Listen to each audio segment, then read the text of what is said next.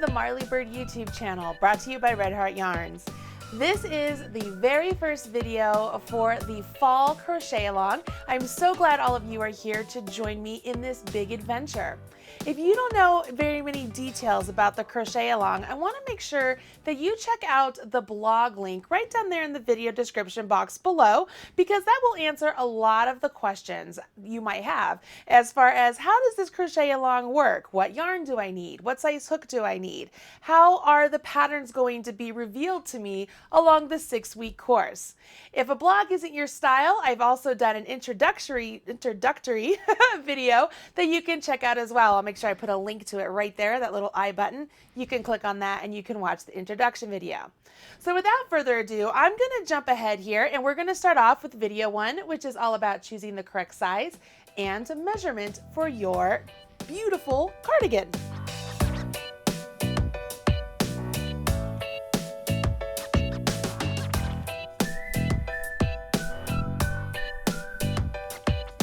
As you know, we are making a beautiful motif cardigan for this crochet along, and this might be the very first crochet garment many of you have made either for yourself or in an adult size. My goal here is to walk you through making this crochet cardigan just as if you were taking a class with me. Having said that, some of these videos might run a little bit longer than a typical YouTube video, but I really want you to sit down and feel like you're taking a class one-on-one with me. This is the type of interaction you would get with me if we were at a class at Stitches or at Vogue Knitting or anywhere else that happens to hire me to come and teach people. So that's the first thing. The second thing is, as I'm giving you instructions and letting you go off to choose your size or work on a motif or join the motifs at different sections along the way, I want you to feel free to pause the video, work on that portion, and then come back and pick up where you left off. That's the best way to really approach all of this. As a matter of fact, if it were me, I'd watch the whole video first just to kind of get a grasp of what I'm doing, and then go back and take it section by section, so that way you can better work at your pace and have me there to hold your hand the best I can. So regarding sizing, you'll notice that there are 3 different sizes for this cardigan. There is a small medium, a large extra large, and a 2X 3X. Now, I really hate giving out those terms, the small to the 3X terms, because those are so wide ranging, correct?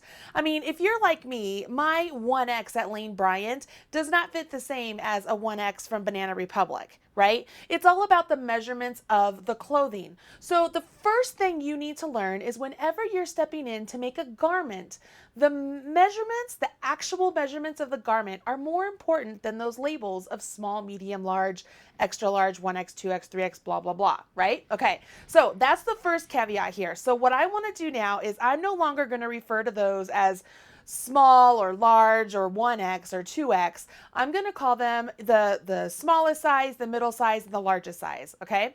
Because we're going to talk about the measurements. Now, I have mentioned that the pattern is free and available over on marleybird.com. I'll put a link right in the video description box right down there below. When you get the pattern, let's go ahead and take a look at the schematic. As we're looking at the schematic for this piece, you'll see that it looks like just a big rectangle. And the first thing I want to point out is that this rectangle only represents the motifs of the pattern. This does not include the collar or the cuffs. That's really important because as we take a look at these measurements down here, we want to know when we get to the collar, does that mean that's going to be extra for us, or is it already included into those measurements? Because if we're right on the cusp of something, we really want to make sure it's going to fit us correctly. So we have 39 inches is the width of all of those motifs joined together, or the middle size is 46 inches, or the largest size is 53 inches. Now, I'm here to tell you that those are large measurements, and these are not going to go by your bust size, which is different than most garments, right? Most garments, it'll say for the size 36-inch bust, you want to make this size. We are actually going to go by the fact that we want these garments to be able to go around our body and have extra room. Okay, we don't want them to just come around and just stop and fit us, right? Because they're meant to be oversized. Remember, if they just go around our body and they're exactly 36 inches, we have nowhere for our arms to go. We would look like a bunch of penguins walking around like this. We've got to have a little extra wiggle room to be able to have our arms move, because when we pinch together this fabric, we're creating an area for our arms to go in, and we want to make sure we have some movement there. That's where the extra ease comes in. Now that seems like a big word. Ease only means it's the measurement between your actual body measurement and the measurement of the sweater. So this sweater is meant to have a lot of positive ease, meaning it's supposed to be oversized. Later on in the video, I'm actually going to put on a sweater that is the 53-inch measurement. It's not this sweater, but it's the exact same measurement. So that way you out there can see what the largest size actually looks like on me, because I'm typically a 2X size. So I really want you to see that proportionately that size is the correct size for me, but maybe it's a little bit bigger than what you want and you would like to make the medium size. So I shouldn't say the medium size, the middle size. And that's going to be an option for you. So I will do that later on in the video. So just hold tight with that. So when we're looking at these numbers and you're trying to decide, okay, Marley, I'm a 48-inch bust, or I normally wear a 48-inch, what should I wear, or what size should I make? You really kind of have to think to yourself, how extra big do I want it to be? Because you have to remember the collar itself is 10 inches wide, and it's 10 inches wide on each side. So that's a full 20 inches we have going on the collar. Now, granted, the collar is supposed to be folded back, and then you can pinch it closed and maybe put a shawl pin in it or put a button on. Like, there's lots of options to do. But I want you to know, if you err on the side of making it a little bit smaller, you always have a lot of like safety margins with the collar, so you'll be okay. All right, hopefully that answers some of your questions. All right, so that actually is the summation of my sizing portion. If you're going to choose, not if, when you choose your size, remember that it is supposed to be oversized. And I will put on the largest size later on, so that way you can see what the largest size looks like proportionately as far as the size to my size 2X body, and my 53-inch bust. So I have a 53-inch bust, and you're going to see what the size looks like on me. It's large, but man, do I love that sweater. I wear it all the time at my desk because it's just comfy and cozy. But I want you to be able to choose and make the right size for you.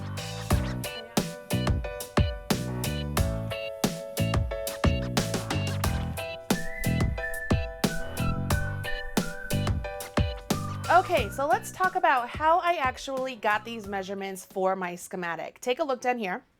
As we take a look at the schematic we've been looking at all along, these measurements down here represent the width of the piece, meaning this is the width that will go around your body, okay?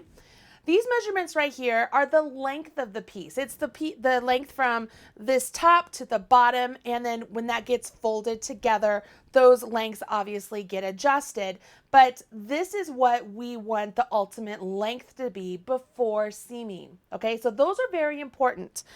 When you do your gauge swatch, which is the next video, we're going to learn how to make the actual motif and do the measuring and make the gauge swatch before we jump into our actual swatch.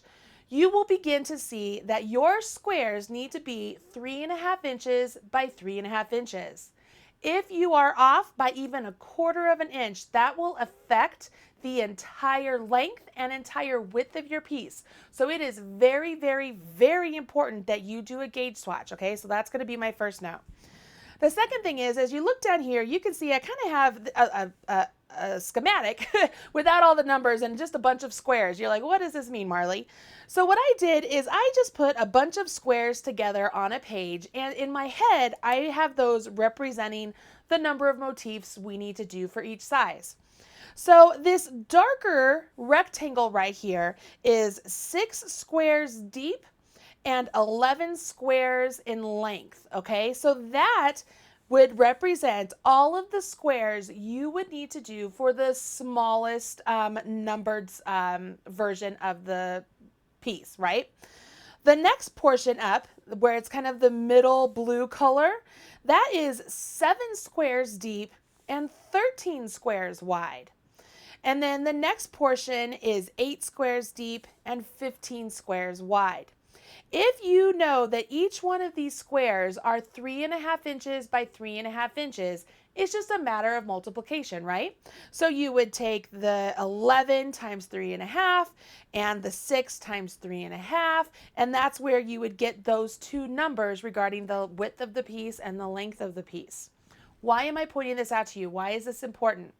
If you are petite and you decide, you know what, this length of the piece is just a little bit too long for me, where if I take off 1 square and make it 5 squares deep, how does that affect my overall length of the piece? Or vice versa, maybe you're a little bit taller, but you're a smaller size. If you add 1 square in length and keep the width at 11, how is that going to change it? So I wanted you to be able to have this so you could play around with it. So having said that, you'll notice in the pattern there is an image where it's just the blank squares. There's nothing highlighted. And what I thought is this would be a great opportunity for you for filling in your own squares. How many wide do you plan on doing? How many deep do you, or length or deep do you plan on doing? Another thing you can think about doing is, because this wonderful yarn, Red Heart Unforgettable, as you're making the motifs, the colors are going to come out just a little bit different on each motif because of the natural way the yarn is dyed. If you're one of those big type A personalities that just cannot have two squares side by side that are the similar color, you could plot out how many squares wide and how many squares deep your cardigan is going to be. And then as you make your squares, like color in that square what the main color of that particular square is. Okay, so maybe it's that kind of like this one here. You kind of see how that gold color right there, it's just this, it's sort of like an anomaly of all this sea of blue and then there's gold.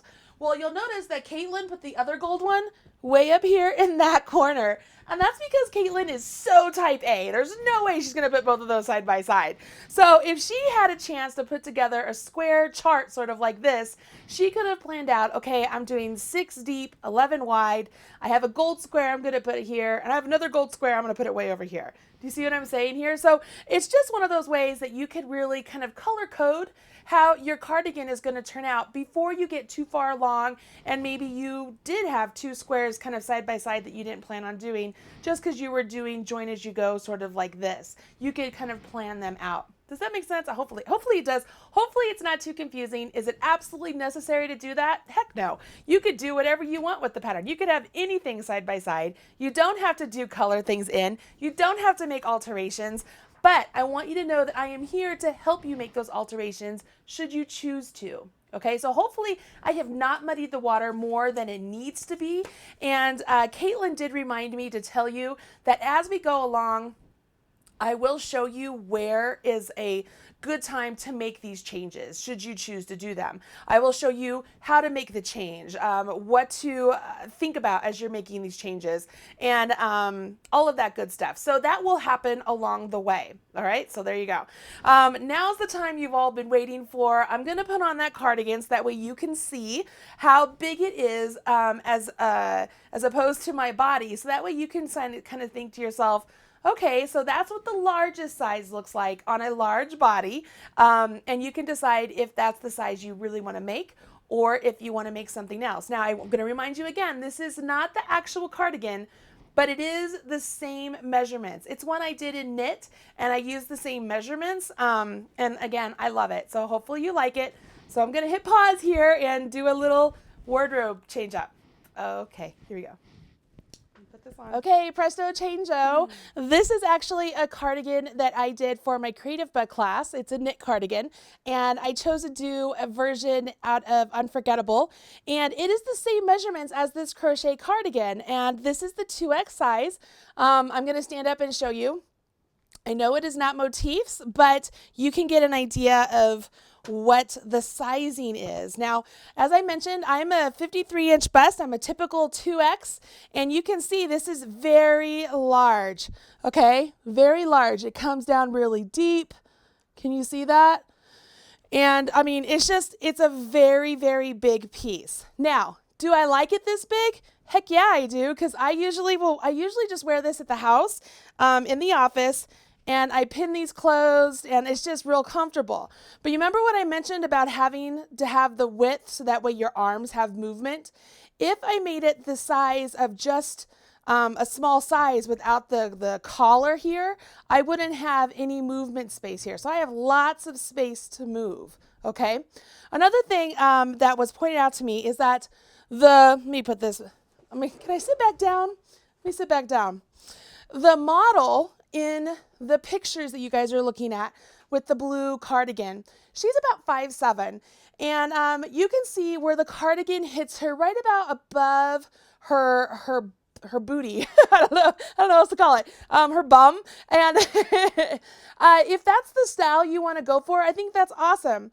But if you wanted to make it a little bit longer, all you would do is, instead of doing the 6 squares deep, that's where you'd want to add the 7 squares deep, okay? Another option there is, if you decide maybe you want the collar to go all the way around the bottom of the cardigan, that is a whole nother option you could do, and that's where you could leave it at the 6 and go all the way around the bottom of the cardigan with the collar. Now, if you were to ask me, I wouldn't want to do that. One, because the collar takes a lot of time to do, and I don't want the collar piece down around my booty area.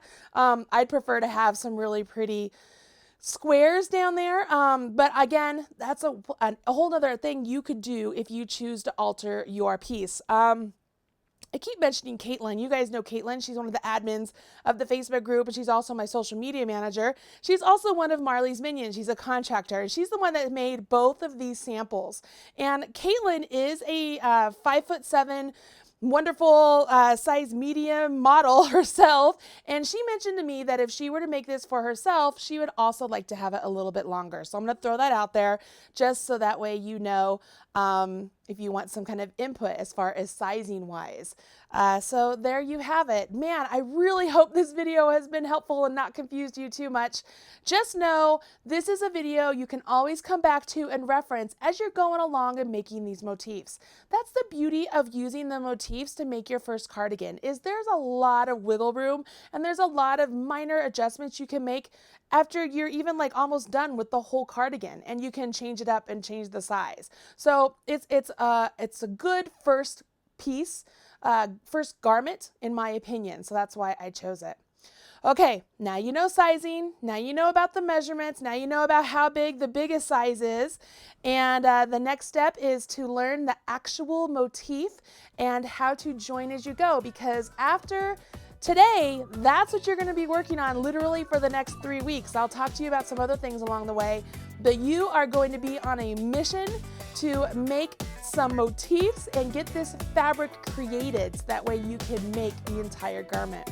Hopefully you're ready. Hopefully I haven't scared you. Don't forget to join the Facebook group, because there's a lot of wonderful helpers in there, including some wonderful admin and moderators who are there to answer questions, and it's just going to be a good time.